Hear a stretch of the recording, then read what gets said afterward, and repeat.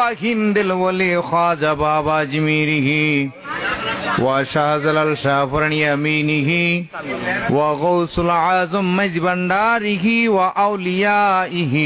السلام علیکم ورحمۃ اللہ وبرکاتہ. الحمد للہ الذی لم یتخذ ولدا ولم یکن له شریک فی الملک ولم یکن له ولی من الذل وکبرہ تکبیرا. سامعین و ناظرین، دنیا میں جہالت بہت زیادہ ہے لیکن بریلویت سے بڑا جاہل کوئی نہیں ہے. جہالت اور بریلویت دونوں آپس میں لازم و ملزوم ہیں. جہاں پہ جہالت ہے وہاں بریلویت ہے، جہاں پہ بریلویت ہے وہاں جہالت ہے. یوں سمجھیے کہ دنیا میں جو بھی جاہل ہے وہ بریلوی ہے اور جو بھی بریلوی ہے وہ جاہل ضرور ہے. وہ الگ بات ہے کہ کسی میدان میں کسی چیز میں کسی کو کوئی مہارت مل جاتی ہے تو اس کا یہ مطلب ہرگز نہیں ہے کہ وہ عالم ہو گیا اور اس کی جہالت ختم ہو گئی. جاہل وہ جاہل کا جاہل ہی رہتا ہے.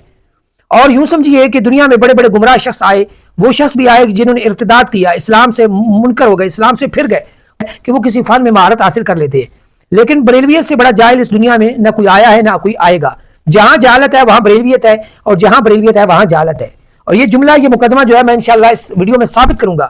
آپ نے بالکل ٹھنڈے دل و دماغ سے یہ بات سننی ہے، اس کے بعد فیصلہ کرنا ہے. آئیے ذرا ایک نمونہ چیک کیجیے. یا اخواننا المسلمون، یا اہل فلسطین، یا اہل غزہ، نحن مسلمون الپاکستانیون کلنا معاکم اللہ، اولادکم دون اولادکم، رب واللہ وربنا رب العزت واللہ هكذا قال كتاب الله، هكذا قال كتاب الله. لا تجد قوما يؤمنون بالله واليوم الآخر يوادون من حاد الله ورسوله ولو كانوا آباءهم أو أبناءهم أو إخوانهم أو عشيرتهم أولئك كتب في قلوبهم الإيمان وأيدهم بروح القدس وأيدهم بروح منه. أيها المجاهدين الذين يجاهدون في سبيل الله في فلسطين وفي أرض القدس وفي أرض الأنبياء. آپ نے سماعت کیا ہے، یہ وہ شخص ہے جسے دنیا شمشیر اعلی حضرت کہتی ہے. یہ وہ شخص ہے جسے میڈیا پہ بٹھا کر کے پورے رمضان میں مسلمانوں کو آپس میں لڑایا جاتا ہے. ہمارے نزدیک یہ بات یہ واضح کرنا مقصود تھا کہ یہ شخص کتنا بڑا عالم ہے. اس کی عربی طلباء مدرسے کے اور وہ علماء، وہ مولوی، وہ جانتے ہیں. جو عام آدمی ہیں، ہمیں سننے والے، وہ صرف یہاں سے انجوائے کریں. اب ذرا آگے بڑھتے ہیں. ایک نمونہ اور. نور کی برسات تو حضور والا روحانی طور پر تو میں ہو گیا اس سے سیر، لیکن میں چاہتا ہوں کہ ذہنی طور پر بھی آپ مجھے اپنی غلامی میں قبول فرما لیں. قبلنا الحمدللہ. اب آپ نے سماعت کیا ہے، یہ شخص بھی کوئی غیر معروف شخص نہیں ہے. یہ شخص بھی وہ ہے کہ جسے دنیا امیر اہل سنت اور مجدد پتہ نہیں نہ جانے اللہ جانے کیا کیا القابات دیتے. اور یہ شخص بھی وہ ہے کہ جس کے نیچے لاکھوں کی تعداد میں مولوی جو ہے وہ سر جھکائے پھرتے ہیں. وہ سمجھتے ہیں کہ بس ہمارا دنیا میں یہی کچھ ہے، دنیا میں بھی بلکہ آخرت میں بھی یہی کچھ ہے. اور یہ وہ شخص ہے کہ جس کے بال، جس کی چٹائی کے تنکے بطور تبرک تقسیم ہوتے ہیں. یہ آپ لوگ جانتے ہیں. اس کی حالت آپ اندازہ لگائیں گے کس طرح کی ہے. آپ ذرا چیک کیجیے. قبلنا الحمدللہ. ابھی ہم آپ کے سامنے ایک نمونہ پیش کرتے ہیں. لہ واصحابہ وازواجہ وذریاتہ واولادہ وغوث العظم عبد القادر جیلانی وہند الولی خواجہ بابا اجمیری وشاہزل الشافرن یمینہ وغوث العظم مجبندارہ واولیائہ امہاتہ وعلمائہ اہل سنتہ. اب آپ نے سماعت کیا ہے کہ وہ اجمیری ہی و بابا فتح فلاں ہی. اللہ معاف فرمائے، یہ کون سی عربی ہے یار؟ شرم بھی نہیں آتی. اللہ معاف کرے، سننے والے کو ہنسی آ جاتی ہے لیکن ان کو شرم حیا نہیں آتی. آئیے، آپ سمجھ رہے ہوں گے کہ شاید یہ ویسی بات ہے. آئیے ان سے بڑا جائز دیکھیے.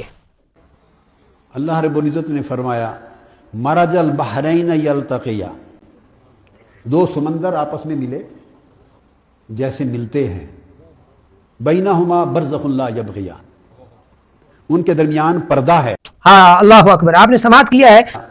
مرج البحرین یلتقیان، یہ وہ شخص ہے جسے دنیا وہ سمجھتی ہے مجدد میعہ حاضرہ کہ یہ شخص اس موجودہ 100 سال کا مجدد ہے اور اس کا چہرہ مجدد والا نظر آیا ہے کہ اس نے واقعی تجدید کوئی کی ہے اپنے چہرے پہ.